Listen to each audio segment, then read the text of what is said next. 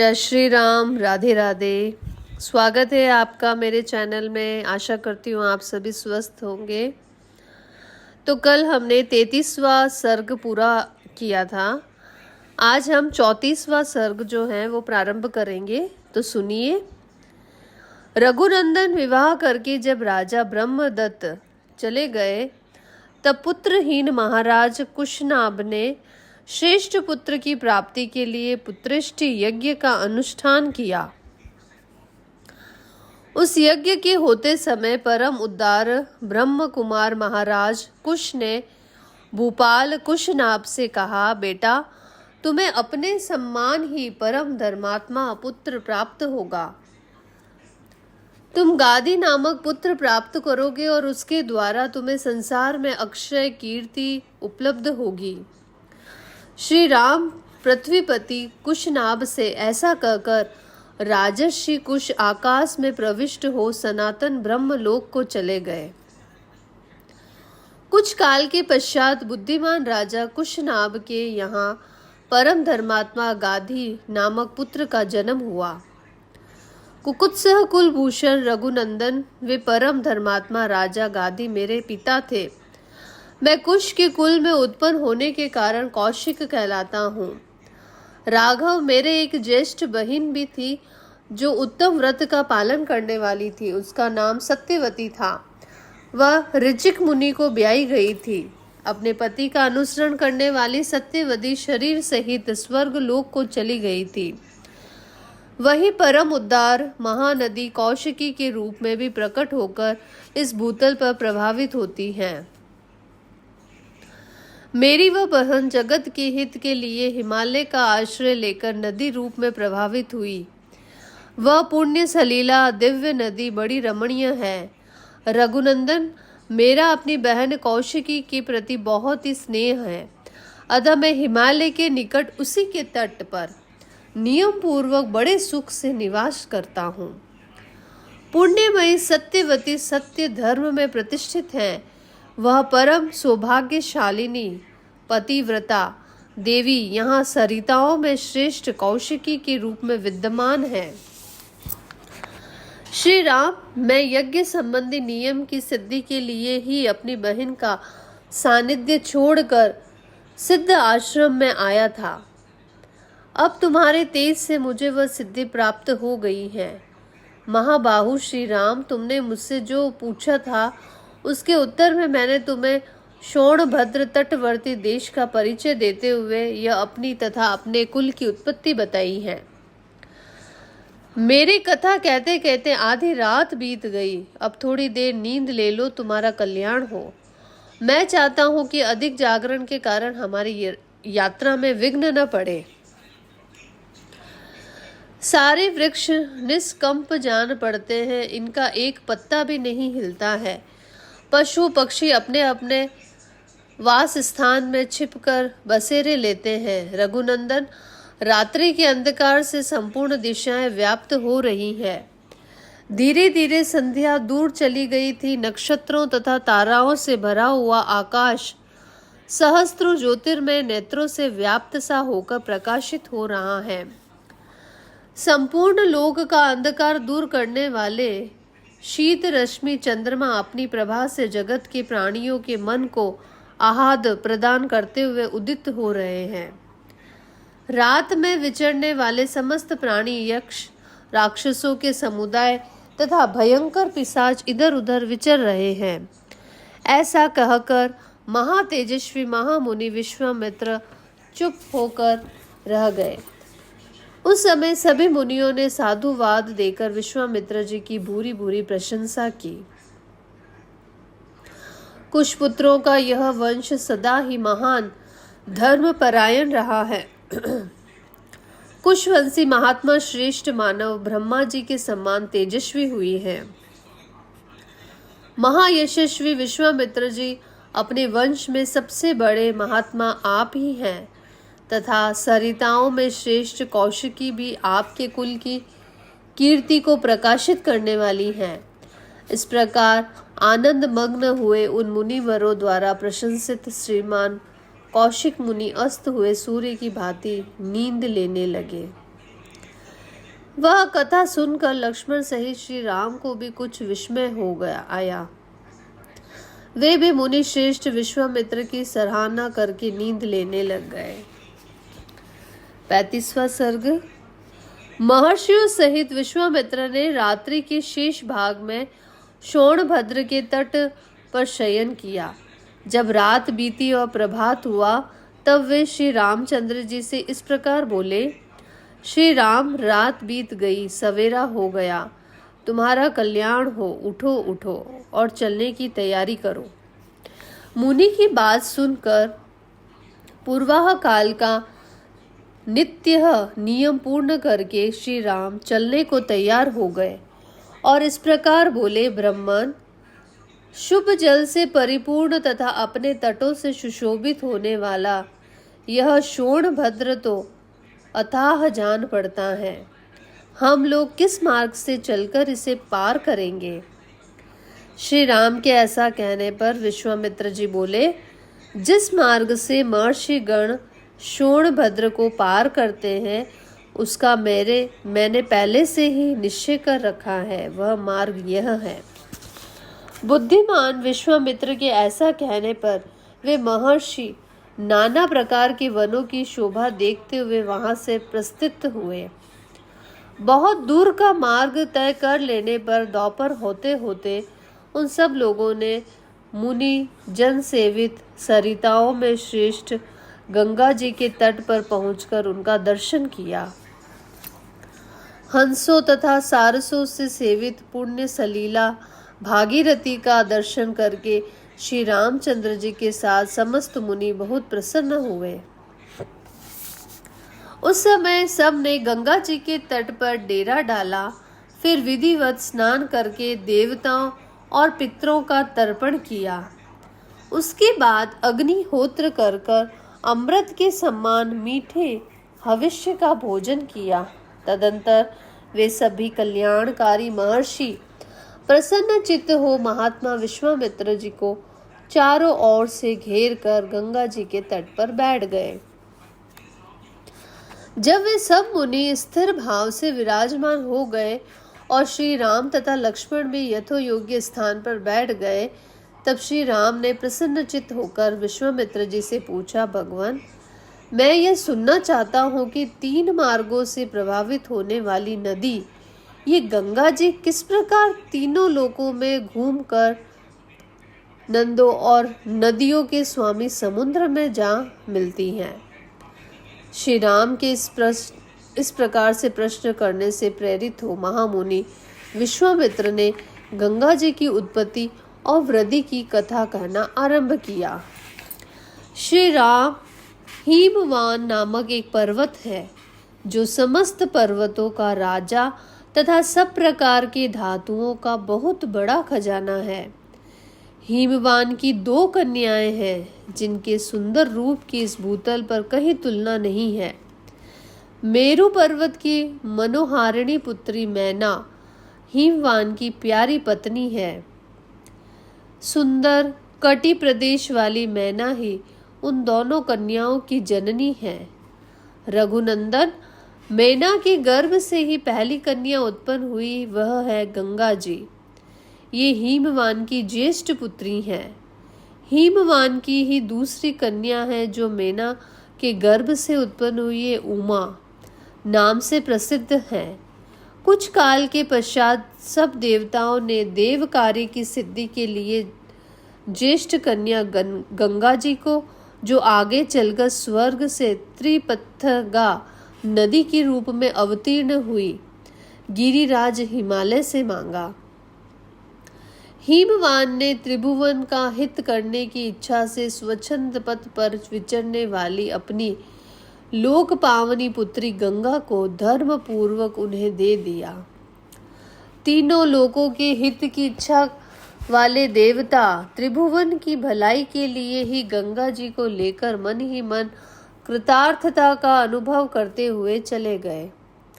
रघुनंदन गिरिराज की जो दूसरी कन्या उमा थी, वे उत्तम एवं कठोर व्रत का पालन करती हुई घोर तपस्या में लग गई।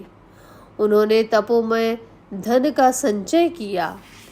गिरिराज ने उग्र तपस्या में संलग्न हुई अपनी वह विश्व वंदिता पुत्री उमा अनुपम प्रभावशाली भगवान रुद्र को ब्याह दी।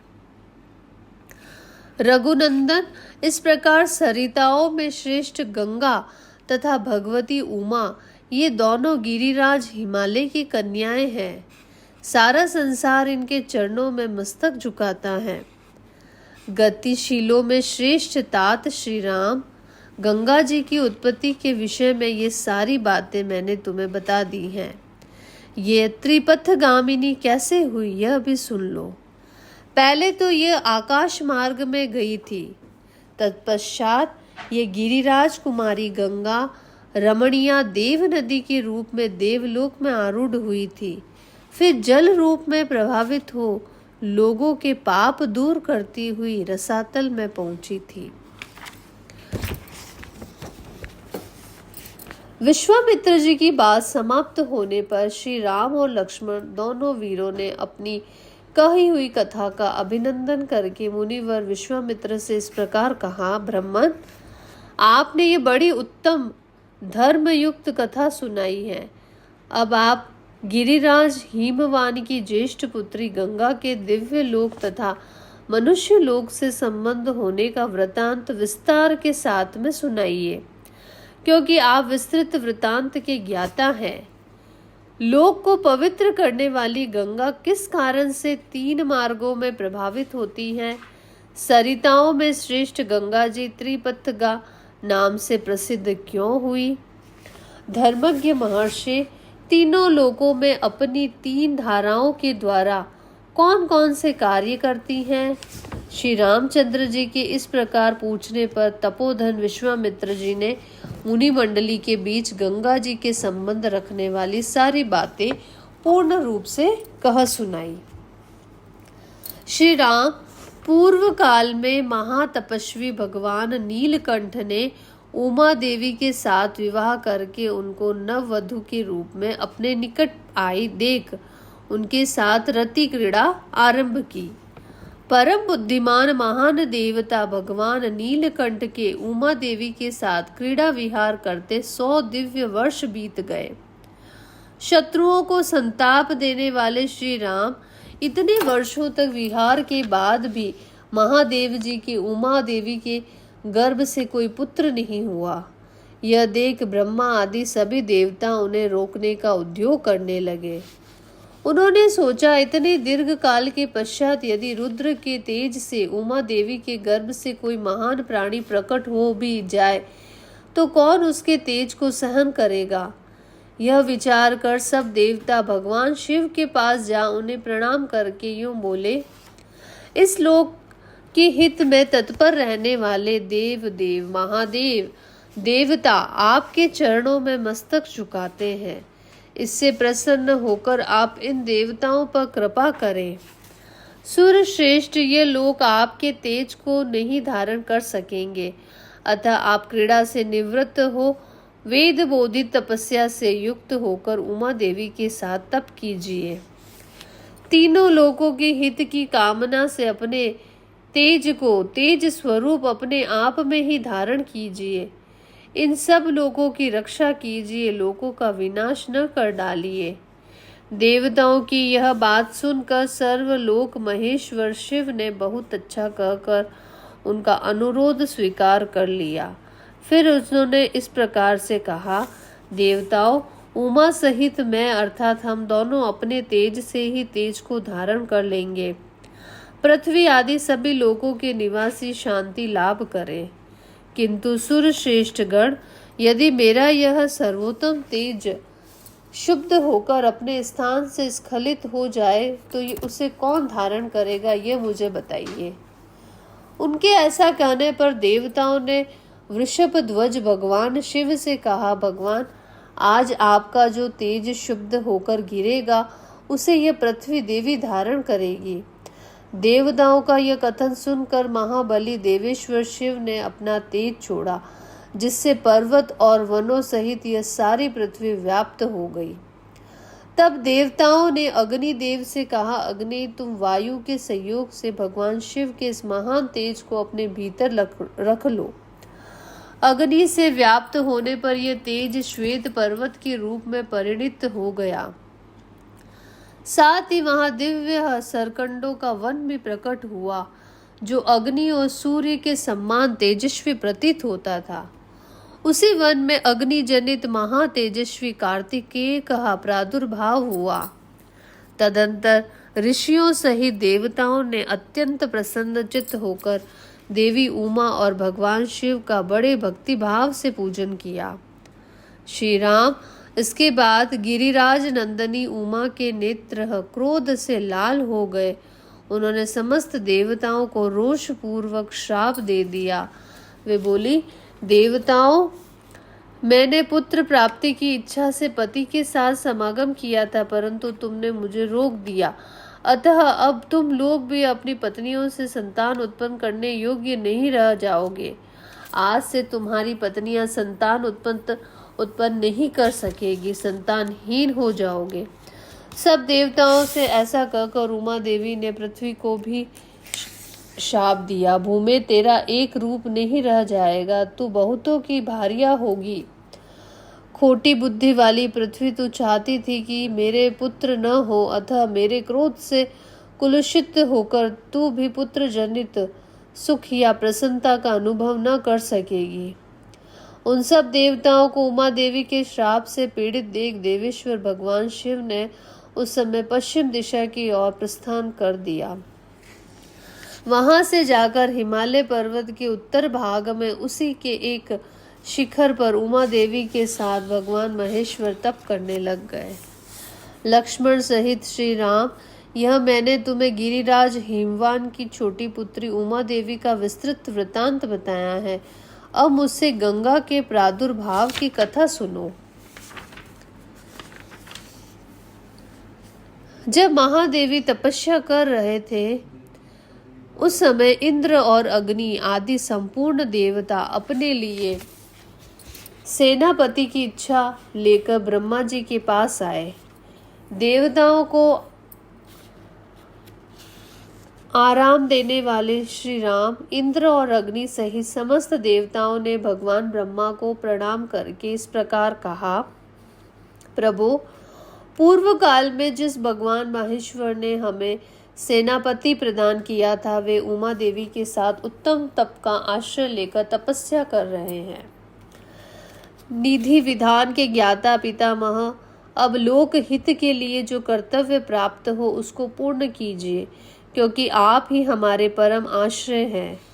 देवताओं की यह बात सुनकर संपूर्ण लोकों के पितामह ब्रह्मा जी ने मधुर वचनों द्वारा उन्हें सांत्वना देते हुए कहा, देवताओं, गिरिराज कुमारी पार्वती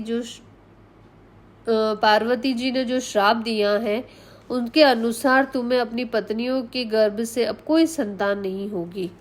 उमा देवी की वाणी अमोघ है, अतः वह सत्य होकर ही रहेगी, इसमें संशय नहीं है। ये है उमा की बड़ी बहन आकाश गंगा, जिनके गर्भ में शंकर जी के उस तेज को स्थापित करके अग्निदेव एक ऐसे पुत्र को जन्म देंगे जो देवताओं के शत्रुओं का दमन करने में समर्थ सेनापति होगा। ये गंगा गिरिराज की ज्येष्ठ पुत्री हैं, अतः अपनी छोटी बहन के उस पुत्र को अपने ही पुत्र के समान मानेगी। उमा को भी यह बहुत प्रिय लगेगा, इसमें संशय नहीं है। रघुनंदन ब्रह्मा जी का यह वचन सुनकर सब देवता कृतकृत्य हो गए। उन्होंने ब्रह्मा जी को प्रणाम करके उनका पूजन किया। श्री राम विविध धातुओं से अलंकृत उत्तम कैलाश पर्वत पर जाकर उन संपूर्ण देवताओं ने अग्निदेव को पुत्र उत्पन्न करने के कार्य में नियुक्त किया। वे बोले, देव हुताशन, ये देवताओं का कार्य है, इसे सिद्ध कीजिए। भगवान रुद्र के उस महान तेज को अब आप गंगा जी में स्थापित कर दीजिए। तब देवताओं से बहुत अच्छा कहकर अग्निदेव गंगा जी के निकट आए और बोले, देवी, आप इस गर्भ को धारण करें, यह देवताओं का प्रिय कार्य है। अग्निदेव की यह बात सुनकर गंगा देवी ने दिव्य रूप धारण कर लिया। उनकी यह महिमा, ये रूप वैभव देखकर अग्निदेव उस रुद्र तेज को उनके सब और बिखेर दिया। रघुनंदन अग्निदेव ने जब गंगा जी को सब ओर से उस रुद्र तेज द्वारा अभिषिक्त कर दिया, तब गंगा जी के सारे स्रोत उससे परिपूर्ण हो गए। तब गंगा ने समस्त देवताओं के अग्रगामी अग्निदेव से इस प्रकार कहा, देव, आपके द्वारा स्थापित किए गए इस बड़े हुए तेज को धारण करने में मैं असमर्थ हूँ। इसकी आँच से जल रही हूँ और मेरी चेतना व्यथित हो गई है। तब संपूर्ण देवताओं के भविष्य को भोग लगाने वाले अग्निदेव गंगा देवी से कहा, देवी, हिमालय पर्वत के पार्श्व भाग में इस गर्भ को स्थापित कर दीजिए।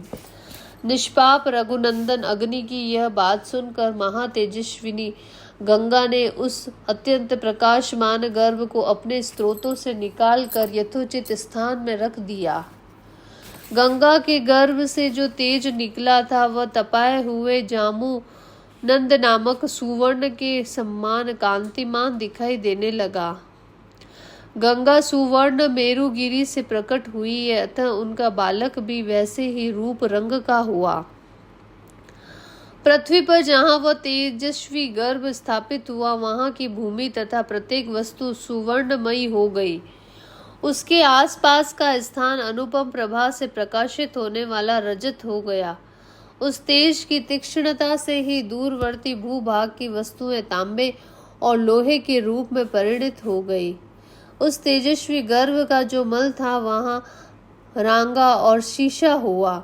इस प्रकार पृथ्वी पर पड़कर वह तेज नाना प्रकार के धातुओं के रूप में वृद्धि को प्राप्त हुआ। पृथ्वी पर उस गर्भ के रखे जाते ही उसके तेज से व्याप्त होकर पूर्वोक्त श्वेत पर्वत और उससे संबंध रखने वाला सारा वर्ण सुवर्णमय होकर जगमगाने लगा। पुरुष सिंह रघुनंदन तभी से अग्नि के समान प्रकाशित होने वाला सुवर्ण का नाम जात रूप हो गया, क्योंकि उसी प्रकार सुवर्ण का तेजस्वी रूप प्रकट हुआ था। उस गर्भ के संपर्क से वहां का तृण वृक्ष लता गुल्म सब कुछ सोने का हो गया। तदंतर इंद्र और मरुद्रणों सहित संपूर्ण देवताओं ने वहां उत्पन्न हुए कुमार को दूध पिलाने के लिए 6 कर्तिकाओं को नियुक्त किया। तब उन कृतिकाओं ने यह हम सबका पुत्र हो ऐसी उत्तम शर्त रखकर और इस बात का निश्चय विश्वास लेकर उस नवजात बालक को अपना दूध प्रदान किया। उस समय सब देवता बोले, यह बालक कार्तिकेय कहलाएगा और तुम लोगों का त्रिभुवन विख्यात पुत्र होगा, इसमें संशय नहीं है। देवताओं का यह अनुकूल वचन सुनकर शिव और पार्वती से स्कंदित तथा गंगा द्वारा गर्भ स्त्राव होने पर प्रकट हुए अग्नि के समान उत्तम प्रभाव से प्रकाशित होने वाले उस बालक को कार्तिकाओं ने नहलाया। कुकुत्सकुल भूषण श्री राम अग्नितुल्य तेजस्वी महाबाहु कार्तिकेय गर्भ स्त्राव काल में स्कंदित हुए थे, इसीलिए देवताओं ने उन्हें स्कंद कहकर पुकारा। तदंतर कृतिकाओं ने अपना दूध उनको दिया। उस समय स्कंद ने अपने 6 मुख प्रकट करके उन 6 का एक साथ में ही उनका दूध का पान किया। एक ही दिन दूध पीकर उस सुकुमार शरीर वाले शक्तिशाली कुमार ने अपने पराक्रम से दैत्यों की सारी सेनाओं पर विजय प्राप्त की। तत्पश्चात अग्नि आदि सब देवताओं ने मिलकर उन महातेजस्वी स्कंदा का देव सेनापति के पद पर अभिषेक किया गया।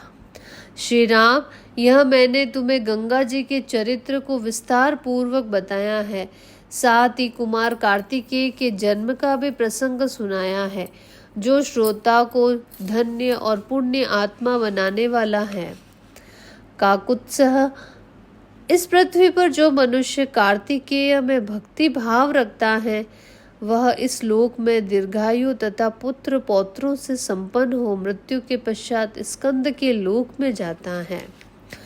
इस प्रकार से श्री वाल्मीकि निर्मित रामायण आदि काव्य के बालकांड में हमने 33वां सर्ग जो है पूरा किया। कल हम आगे का सर्ग प्रारंभ करेंगे। आपका दिन मंगलमय हो। धन्यवाद।